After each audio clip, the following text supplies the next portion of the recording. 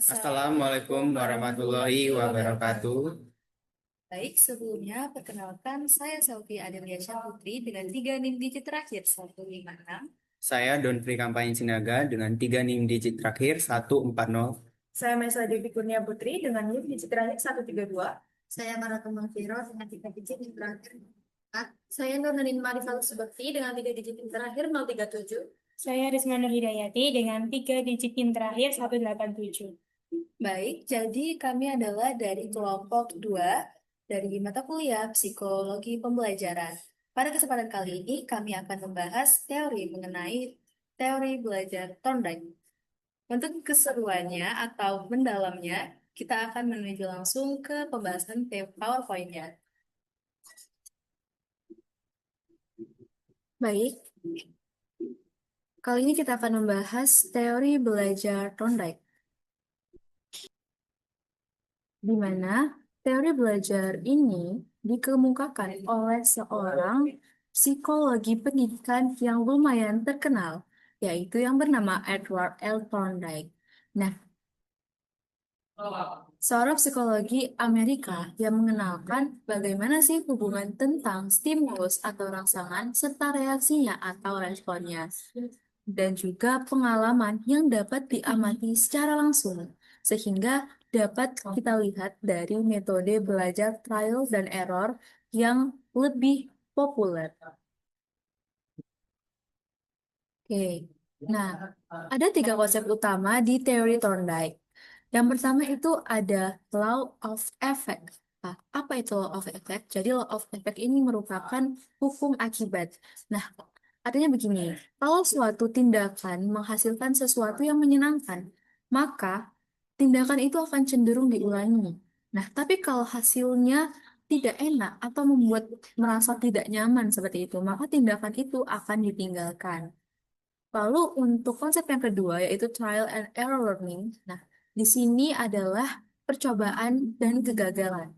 Jadi, con- jadi ini menurut Thorndike, proses belajar itu terjadi karena ketika seseorang sering mencoba lalu mengalami kegagalan. Nah, namun kegagalannya ini memberikan dampak sehingga mereka tidak hanya gagal, tapi tahu bagaimana cara-cara yang tepat untuk mengatasi kegagalan tersebut. Sehingga pada tahap berikutnya, walaupun mereka ada kegagalan, tapi mereka akan menghasilkan kesuksesan yang signifikan naik. Oke, selanjutnya ada learning curve. Nah, learning curve ini berupa kurva pembelajaran, di mana ini semacam grafik yang menunjukkan perkembangan keterampilan seseorang dari waktu ke waktu. Jadi kayak misalnya waktu pertama kali dia belajar itu bagaimana keterampilannya dan juga eh, untuk belajar seterusnya sehingga belajar sampai puncaknya itu ada ketentuan bagaimana kemampuan mereka itu bertahap meningkat seperti itu.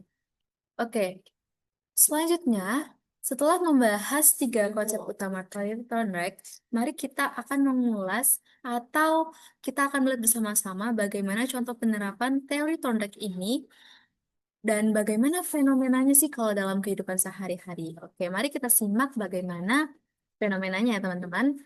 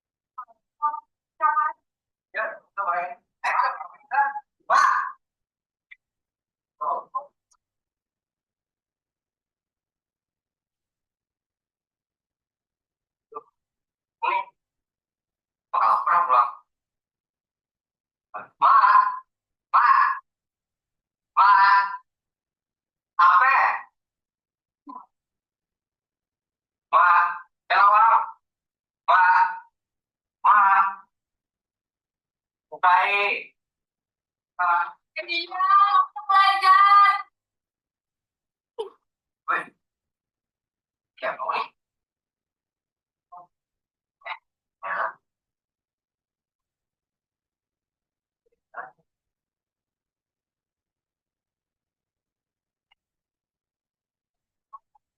Woi, woi, tolong, tolong, woi, tolong.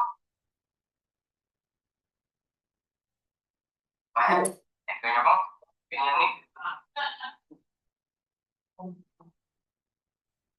aku dari.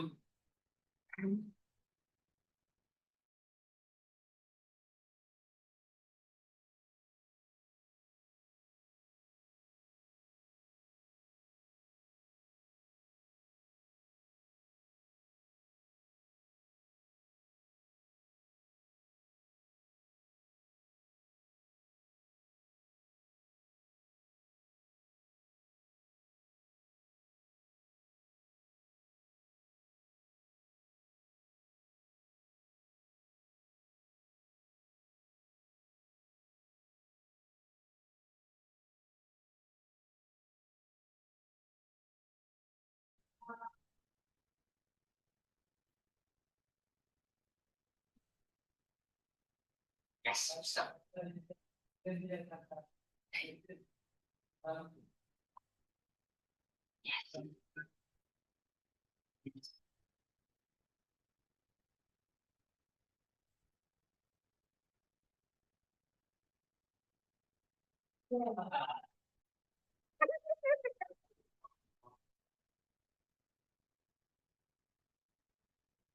Oke, jadi itu merupakan video mengenai fenomena teori Thorndike. Nah, untuk bagaimana analisisnya atau penjelasan yang lebih lengkap akan saya berikan ke rekan saya berikutnya.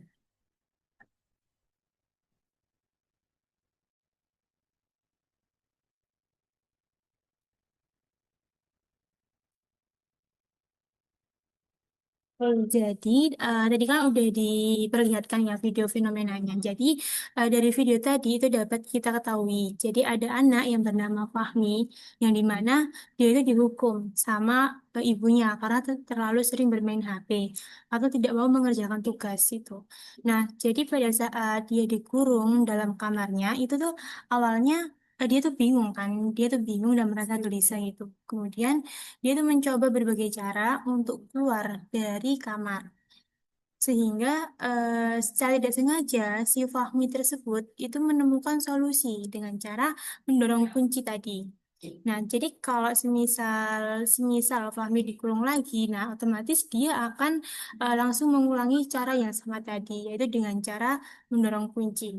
Nah, kemudian untuk analisis mengenai teori Thorndike-nya akan dijelaskan oleh rekan saya. Selanjutnya kita akan masuk ke analisis video. Kita next slide aja. Oke.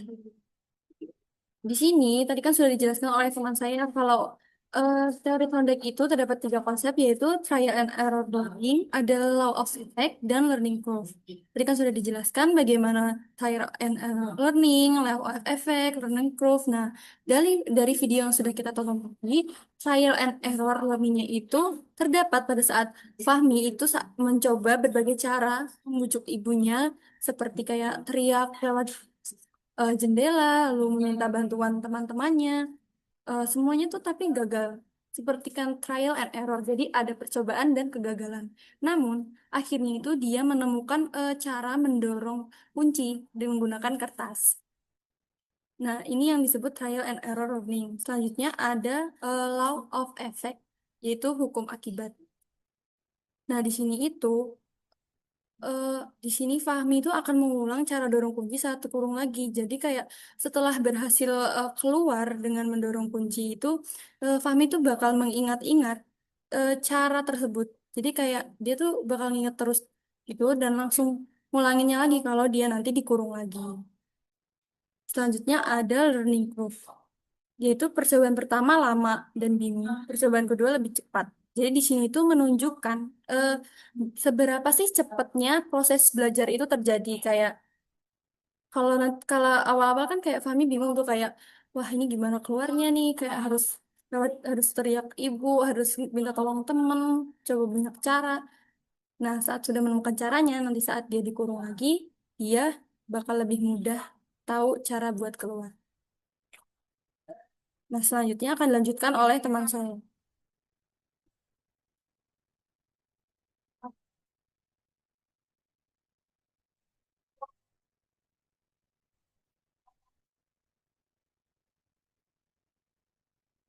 Oke, selanjutnya untuk kesimpulan. Jadi, berdasarkan video fenomena tadi dan berdasarkan analisis video tadi, dapat disimpulkan bahwa belajar itu terjadi melalui percobaan dan kegagalan atau trial and error. Nah, perilaku yang berhasil itu otomatis akan diulangi, sedangkan yang gagal itu otomatis akan ditinggalkan.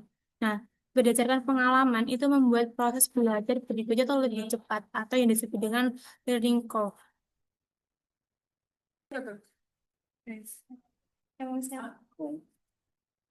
Sekian presentasi dari kelompok kami, kelompok Thorndike. Kami akhiri. Wassalamualaikum warahmatullahi wabarakatuh.